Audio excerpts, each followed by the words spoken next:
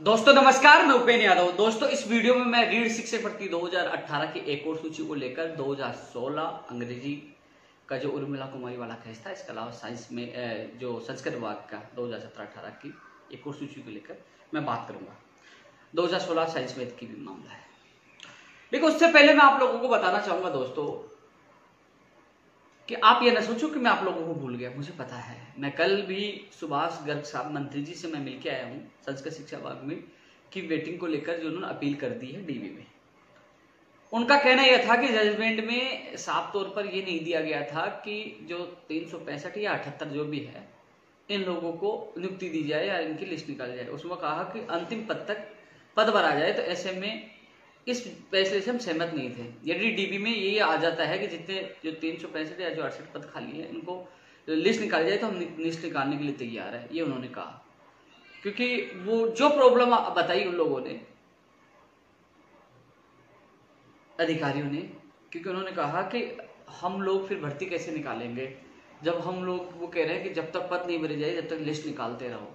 तो बोले कि इस कारण से अपील करना पड़ा। लेकिन यदि डीबी का फैसला आपके पक्ष में आता है, जैसे कि जितने जो 365 या जो 78 जो पोस्ट है, जितने भी समथिंग, वो उन पोस्टों पर सूची जारी की जाए तो हम निकाल देंगे। मैंने कहा साहब, हाई कोर्ट में जब सुनवाई होगी तो आपका एडवोकेट भी मौजूद रहेगा, हमारा भी रहेगा। आपके एडवोकेट कह दे कि हम जो ये लिस्ट इतने अभ्यर्थी इनकी लिस्ट निकाल दे तो हम भी सहमत, लेकिन इसका फैसला तो कराइए। तो कल जो वार्ता हुई मैंने आप लोगों को बताया, मैं खुद सुभाष गर्ग साहब से मिल के आया था। अब मैं रीड 2018 की बात करूंगा दोस्तों, वो कोर्ट में है। आपको पता है कि लास्ट सुनवाई उसकी है। मेरी खुद एडवोकेट साहब से लगातार बात हो रही है, फैसला हमारे पक्ष में आएगा। हालांकि 2016 अंग्रेजी वाले मामले में सरकार सुप्रीम कोर्ट में एसएलपी लगाने चली गई है। तो अब लोग चिंतित है कि 2016 में गई तो 18 में भी जाएंगे, 17 में भी जा चुके हैं, तो ऐसे में हमारा क्या होगा। तो उन अभ्यर्थी को मैं बता दूं कि जो 18 वाला मामला अलग है थोड़ा सा, उसमें एक ही व्यक्ति का अलग अलग विषयों में चयन होना। 16 वाले में सुप्रीम कोर्ट से 100% सरकार की एसएलपी खारिज होगी।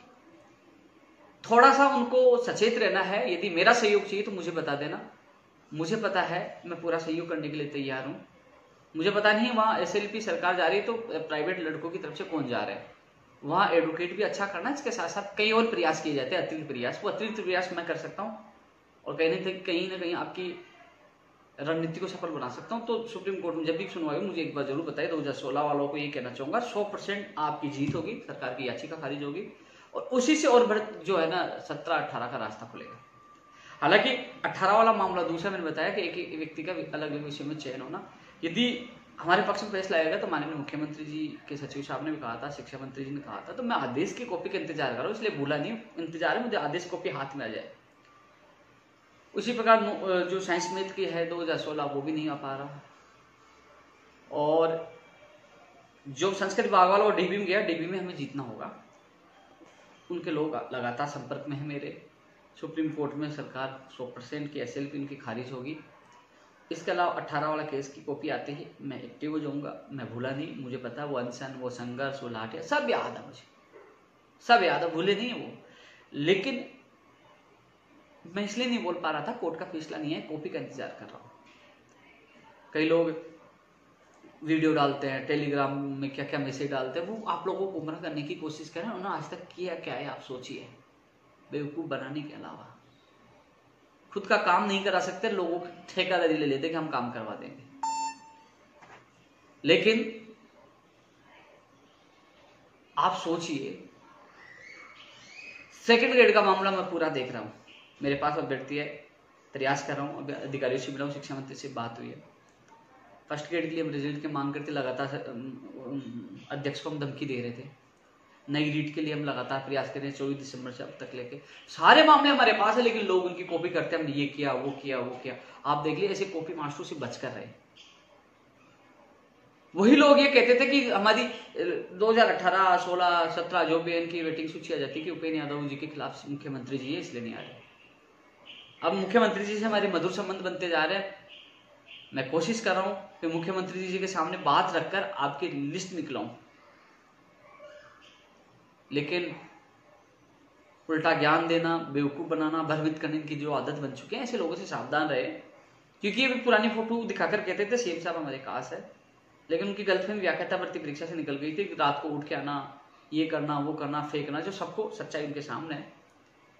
इसलिए मुख्यमंत्री जी से हाँ मधुर संबंध हुए, मुलाकात भी होगी, लगातार प्रयास भी कर रहा हूँ, क्योंकि उनके ओएसडी साहब से मेरी कई बार बात हो चुकी है। वो कह रहे हैं कि सीएम साहब खुद फ्री होकर आपसे लंबी चर्चा करना चाहते हैं। तो दोस्तों मुलाकात होगी तो मैं आपकी बात भी रखूंगा कि जो अधिकारी लापरवाही कर रहे हैं कि भर्तियों में पद खाली है, चाहे 2016, 18, मुझे सब याद है, मजबूती से आपकी बात रखूंगा। 2018 लेवल सेकंड की बात हो चाहे फर्स्ट की बात हो, वो भी मजबूती से आप लोगों की बात रखूंगा। अब 2020 की विज्ञप्ति जारी होनी है। वेटेज आपको पूरे राजस्थान को पता है, वेटेज की लड़ाई हमने लड़ी है।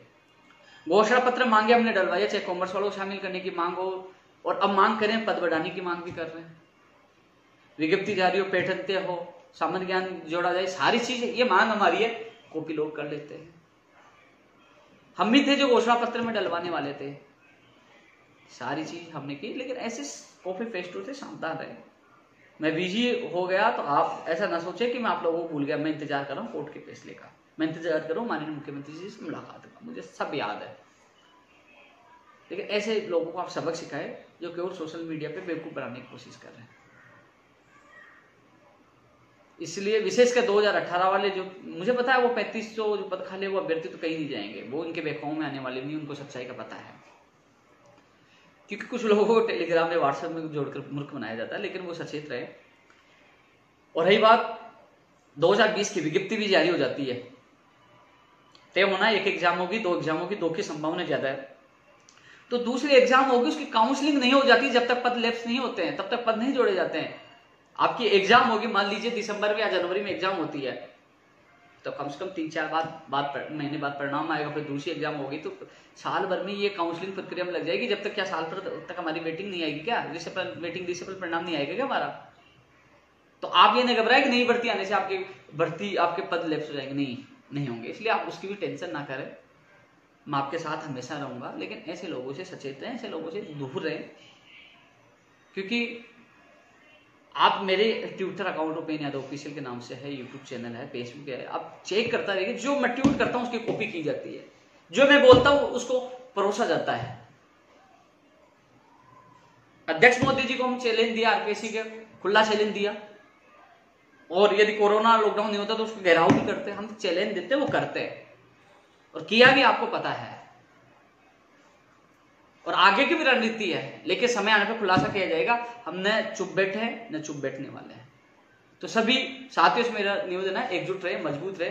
समय आने पर मैं आपको बता दूंगा, प्लानिंग भी, रणनीति भी, लेकिन उससे पहले हमें कोर्ट के आदेश का इंतजार करना होगा, माननीय मुख्यमंत्री से मुलाकात का इंतजार करना होगा। जल्दी मैं एक वीडियो के साथ आपसे फिर मुलाकात करूंगा। जय हिंद, जय भारत।